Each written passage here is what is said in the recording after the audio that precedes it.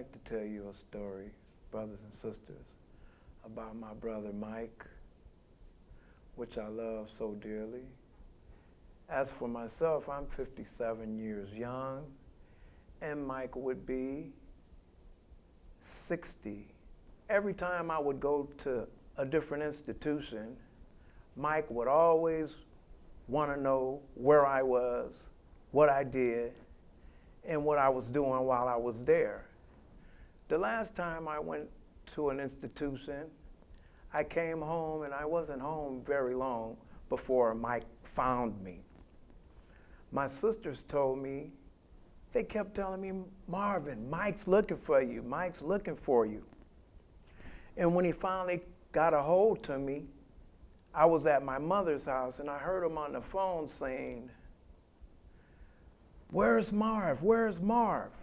My mother said, "God damn it, he's in the room, in the bed. Marvin, Mike's on the phone. Go ahead, talk to him. And don't be on my phone all day long." So when I gets on the phone, Mike says to me, "Hey, man, what's going on, Marv? How are you, man? Where have you been, man? It seems like the whole family's been hiding you from me, man." He says, "Look, Marv, where were you this time? Don't lie. Tell the truth, man. Where were you, Marv?" I say, "Man, I'm asleep, man.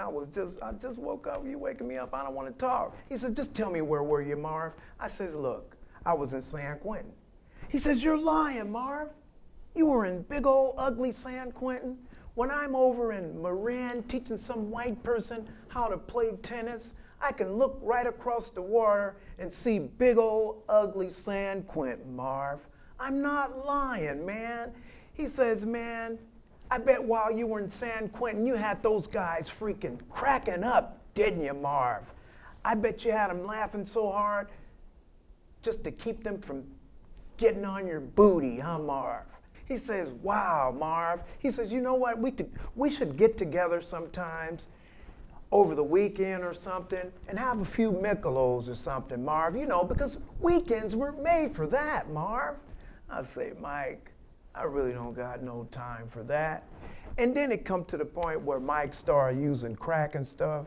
And he started using cocaine until cocaine started using him. My grandmother lives in the OC projects, and I was at the bus stop, and here comes Mike, right over to where I was, talking about, "Hey, Marv, give me a big hug.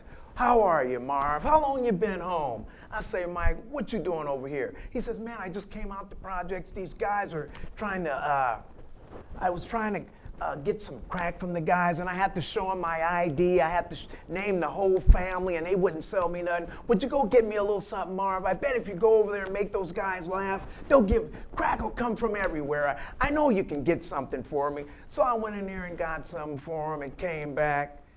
And I said, "Here it is, Mike. Give me a ride downtown." He says, "Man, I don't know if I can do that. I'm trying to get back to Marin." I said, "Man, give me a ride." So he had his girlfriend in the car with him. He says, "Come on, get in the car."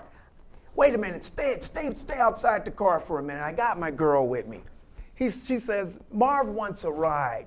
Could we give him a ride?" And I don't know what she's saying. I say, "Mike, is you gonna let me in the car?" And he kept whispering in the girl's ear. So I was like, "Mike, is you gonna give me a ride or what?" He says, "Marv, I can't. Listen, I got to go." He says, "Marianne, get ready to accelerate." I say, "Mike, is you gonna give me a ride?" Then he started pulling off. He says, Marv, "I'm starting to have dreams.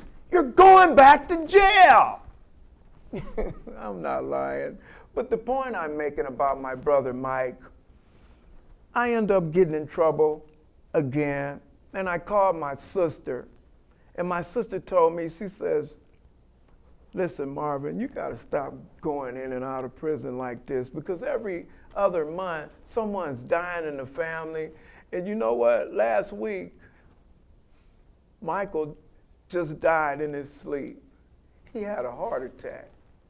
And I miss my brother. I need to get my life together for my brother Mike." Thank you very much.